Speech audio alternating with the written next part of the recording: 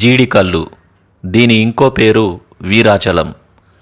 Hyderabad to Warangal highway మధ్యలో ఉన్న ఆలేరు నుండి సౌత్ సైడ్ 14 కిలోమీటర్స్ దూరంలో ఉంటుంది జీడికల్లు. ఇక్కడ ప్రసిద్ధి చెందిన రామాలయం ఉంది. ప్రతి కార్తీక పున్నమి నాడు జీడికల్లు జాతర జరుగుతుంది. ఈ జాతరకు 100 ఏళ్లకు పైగా చరిత్ర ఉందని చెబుతారు. దీన్ని చూడడానికే మేమిప్పుడు వెళ్తున్నాం. ఆలేరుకు చాలా దగ్గరలో ఉన్నా కానీ జీడికల్లు జనగామ జిల్లా లింగాల గణపురం మండలంలో ఉంది. భద్రాచలంలో జరిగే సీతారామ కళ్యాణం ఎంత ప్రసిద్ధి చెందినదో అంతటి ప్రసిద్ధి చెందిన సీతారామ కళ్యాణం జీడికల్లులో కూడా జరుగుతుంది. ఎన్నో ఏళ్లుగా ఇక్కడికి వెళ్ళడం కుదరలేదు. అది నేటికి మా అన్నయ్య వాళ్ళతో కుదిరింది. జూన్ 24, 2021 నాడు మా సందర్శన జరిగింది. ఆస్తికత్వం నాస్తికత్వాలను పక్కకు పెట్టి ప్రజలు ఆదరించిన ప్రదేశాలు కనుక చారిత్రక కోణంలో వీటిని మనం చూసి రావాలి. జీడికల్లు రామాలయం జీడికల్లు ఊరుకు పక్కగా ఉంటుంది. మేము వెళ్ళినప్పుడు ఎండ లేదు, ఎలాంటి పండగ సందర్భం కూడా కాదు. కాబట్టి రామాలయం చాలా ప్రశాంతంగా ఉంది.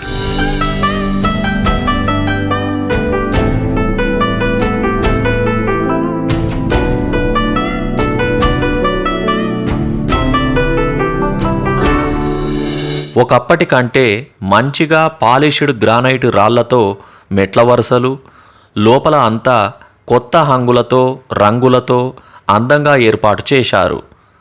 మనం ఎంట్రన్స్ దాటి లోపలికి వెళ్ళగానే ముందు ప్రాంగణంలో పైన షెడ్డును ఏర్పాటు చేసి ఒక విశాలమైన హాల్ను క్రియేట్ చేశారు. ఇక్కడ మనకు ఆలయానికి సంబంధించిన ధ్వజస్తంభం కనిపిస్తుంది.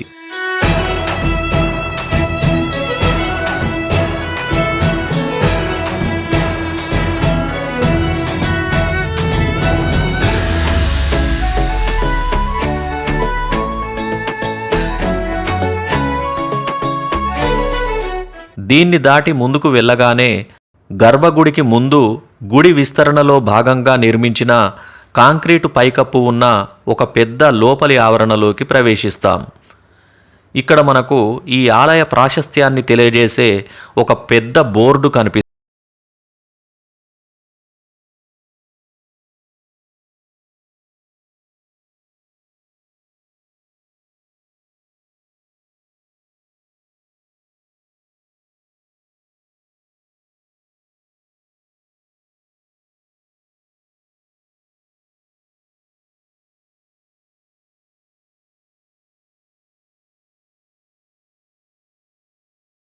గర్భగుడి.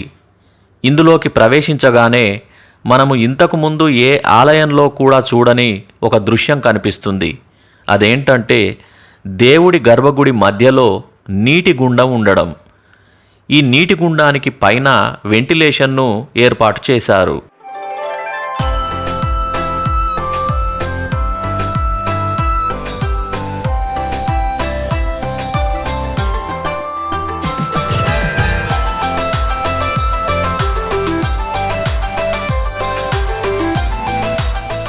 నీటి గుండానికి పైన గర్భగుడిలోని ఒక పరుపు బండపై మీసాల శ్రీరాముడు, తర్వాత సీతారాములు, లక్ష్మణ, ఆంజనేయ ప్రతిమలు కనిపిస్తాయి.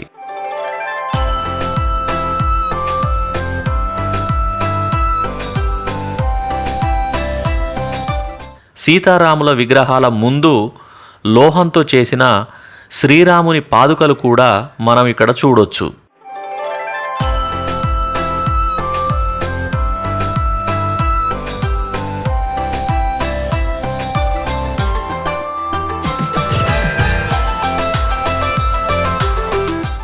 మేమిక్కడ అర్చన చేయించి తీర్థం శటగోపం తీసుకొని చాలాసేపు ఆ గర్భగుడిలో ఉన్న నీటి గుండాన్ని చూస్తూ అలా ఉండిపోయాము.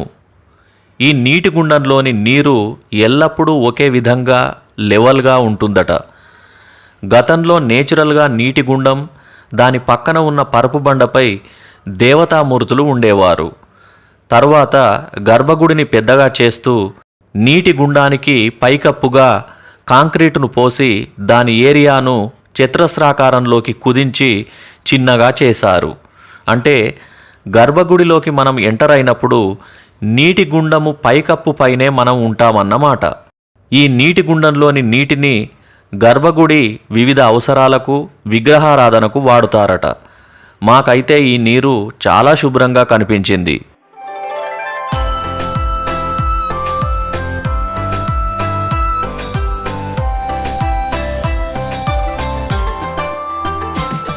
ఆ తర్వాత మేము గర్భగుడి నుండి బయటకు వచ్చి దాని చుట్టూ ఒక ప్రదక్షిణ గావించాము. భక్తులు చాలా ఈజీగా గర్భగుడి చుట్టూ తిరిగే విధంగా పరుపుబండ ఎత్తుపల్లాలకు తగ్గట్టుగా గ్రానైట్ రాళ్లతో నీట్గా చిన్న చిన్న స్టెప్స్తో ఈ ప్రదక్షిణా మార్గం ఏర్పాటు చేశారు. జీడికల్లు 16వ శతాబ్దం తర్వాత కాలం నుంచి వైష్ణవ పీఠంగా ప్రసిద్ధం. జీడికల్లు నుంచే చుట్టుపక్కల వైష్ణవాలయాలకు కావలసిన సంభావనలు, అంతేకాక ఉద్యోగులకు జీతభత్యాలు అందుతుండేవట. జీడికల్లు చుట్టూ సీతారాంపురంలో రాముడు, బ్రాహ్మణపల్లి వేణుగోపాలస్వామి, సుద్దాలలో వేణుగోపాలస్వామి, గొరనుకొండలో వేణుగోపాలస్వామి, అమ్మనబోలులో కేశవుడు, షారాజిపేటలో వెంకటేశ్వరుడుగా కొలవబడుతున్న కేశవమూర్తి, కొల్లూరులో వేణుగోపాలస్వామి, సాయిగూడెంలో రాముడు, ఆలేరులో రంగనాథుల ఆలయాలు ఒక వైష్ణవ ఆలయాల గొలుసు. రాయగిరి వెంకటేశ్వర స్వామికి, యాదగిరిగుట్ట నరసింహస్వామికి కళ్యాణోత్సవాల సందర్భంగా తలంబ్రాలు జీడికల్లు నుంచే వెళ్ళేవని భక్తులు చెప్పుకుంటారు.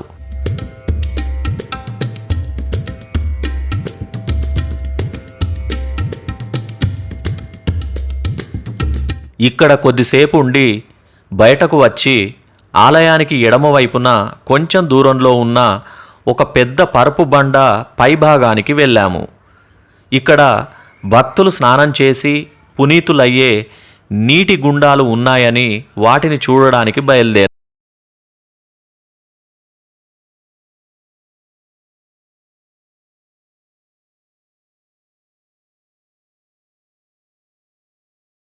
ఇది చాలా తక్కువ ఎత్తులో ఉన్న పరుపు బండ.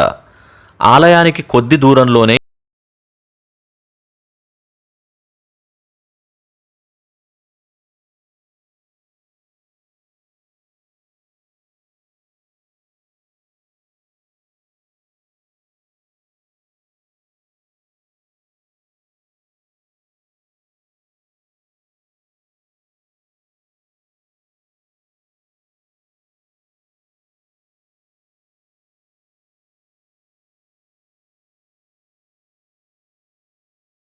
దూరంగా శిథిలావస్థలో ఉన్న ఒకప్పటి విడిది గృహం మనకు స్వాగతం పలుకుతూ ఉంటుంది.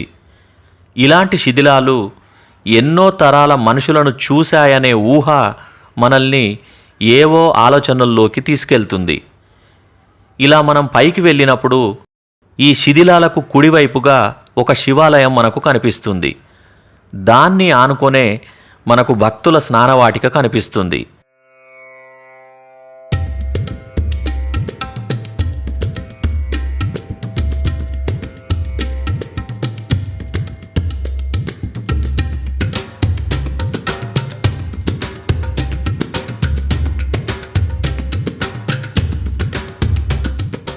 దీంట్లో లోతైన 2 నీటి గుండాలు, వాటి చుట్టూ కొద్ది ఎత్తులో కట్టిన నిర్మాణాలు స్పష్టంగా నీటిలో మనకు కనిపిస్తాయి. ఒకదాన్ని జీడిగుండమని, ఇంకో దాన్ని కల్లుగుండమని అంటారట. జీడి నలుపుకు సింబాలిక్ అయితే కళ్ళు తెలుపుకు సింబాలిక్. కానీ మన కళ్ళకు రెండింటిలోని నీరు ఒకే రకంగా కనిపిస్తుంది. భద్రాచలంలో భద్రుడు, వీరాచలంలో వీరుడు రాముని కొరకు తపస్సు చేశారని, వారిద్దరికీ ప్రత్యక్షమైన రాముడు భద్రునికి భద్రాచల రామునిగా, వీరునికి వీరాచల స్వామిగా అనుగ్రహించాడనే ఒక కథ ఉంది.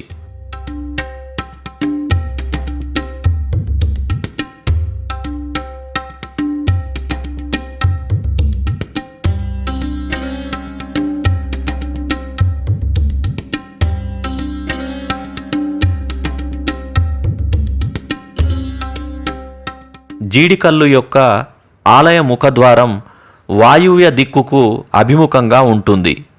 ఇక్కడ ఒకప్పటి నుండి ఒక నానుడి బాగా ప్రచారంలో ఉంది. జీడికల్లు మూల మబ్బు పడితే పాత నల్గొండ జిల్లా అంతా వర్షం వస్తుందనేది ఆ నానుడి. ఇది చాలామంది నిజమైందని చెబుతారు. ఇది ఒక చక్కటి హాలిడే స్పాట్. సకుటుంబ సపరివారంతో ఇక్కడికి వచ్చి జీడికంటి మీసాల రాముణ్ణి దర్శించుకొని పక్కన ఉన్న పరుపు బండపై లంచ్ చేసి ఒక పుణ్యస్థలాన్ని సందర్శించుకున్న తృప్తి, ఒక పిక్నిక్కు వచ్చామన్న భావనను పొందొచ్చు. నాకైతే ఎన్నో రోజులుగా జీడికల్లును సందర్శించాలనే కోరిక నేటితో నెరవేరింది. Thank you.